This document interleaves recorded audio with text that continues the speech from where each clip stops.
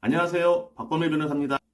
미성년자가 수사 혹은 재판을 받게 되는 경우에 많은 부모님들은 자녀가 처벌을 얼마나 받는지 그 처벌 정도에 대하여 제일 궁금해하기 마련인데요. 오늘은 성범죄 사건 중 카메라 촬영 범죄에 대하여 말씀드리겠습니다. 만약 미성년자들이 동의 없이 촬영을 하다가 이로 인해 수사를 받게 되는 경우 이 카메라 촬영 범죄는 14세 이상 19세 미만 미성년자를 하더라도 형사사건으로 형사법원에서 처리됨이 충분히 있고, 이 경우에는 전과가 생길 뿐만 아니라 성범죄자로 신상정보가 등록될 위험이 있습니다. 그런데 카메라 촬영 문제는 죄가 없어 억울한 경우뿐만 아니라 촬영 자체를 인정하더라도 우발적으로 행한 경우에 수사 단계에서부터 적극적으로 대응을 하여 사건을 일반적인 형사사건이 아닌 소년보호사건으로 진행되도록 하는 것이 매우 중요합니다. 만약 형사사건이 아니라 소년보호사건으로 재판을 받게 되는 경우 형사처벌이 아닌 행동을 규정하기 위한 목적으로 보호처분을 행하는 재판을 받으므로 결국 중요한 차이는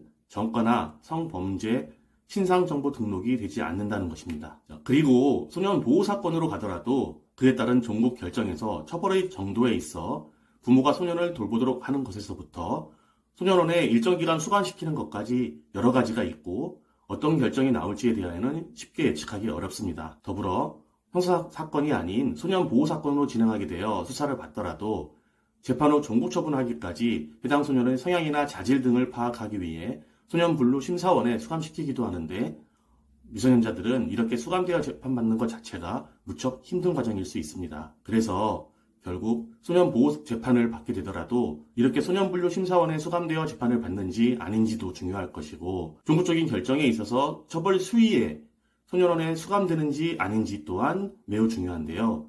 어떻게 잘 대응하는지에 따라 처벌 수위가 보호관찰 처분에 그치기도 하지만 소년원 송치 처분이 날 수도 있는 겁니다. 이와 같은 미성년자가 카메라 촬영 범죄를 저지른 경우에도 수사 단계에서부터 중요한 쟁점이 있기 때문에 이에 대한 준비를 잘 하셔야 된다는 점 인지하시기 바라고, 오늘은 미성년자의 카메라 촬영 범죄에 있어서 수사 및 재판의 처리 과정에서 형사사건과 소년보호사건의 구분, 소년보호사건에서의 쟁점 및 처벌 수위에 대하여 살펴봤습니다. 지금까지 미성년자 카메라 촬영 범죄에 대하여 박범일 변호사였습니다.